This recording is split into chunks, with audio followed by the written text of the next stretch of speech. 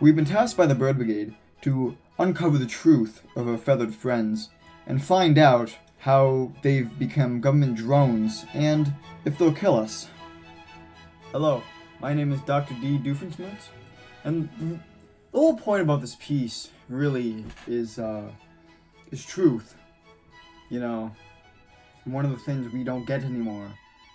We have interviewed several people that may have ties to this industry, like drone experts.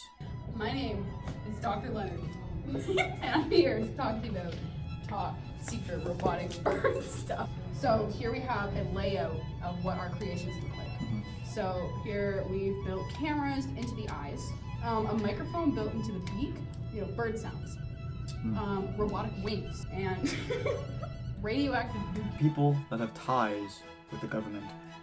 Hi, Mr. Pierce. Hello. D. Doofenshmirtz, it's lovely to meet you. Lovely to meet you. So I've understand that you've a government consultant for drone expertise. I would just like your opinion on birds and sky and airspace. How do you keep it such a big secret from the mass? Oh, birds, they are drones. How do you make such a device to spy on the public mass?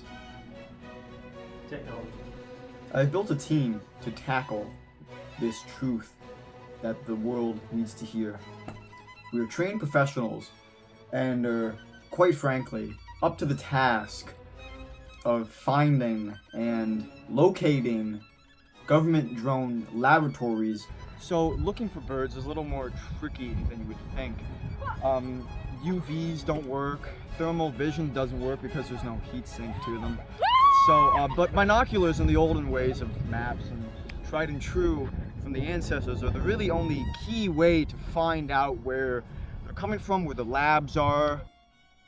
That is the stupidest fucking thing I have said in a long time. And I say a lot of dumb shit a lot of the time.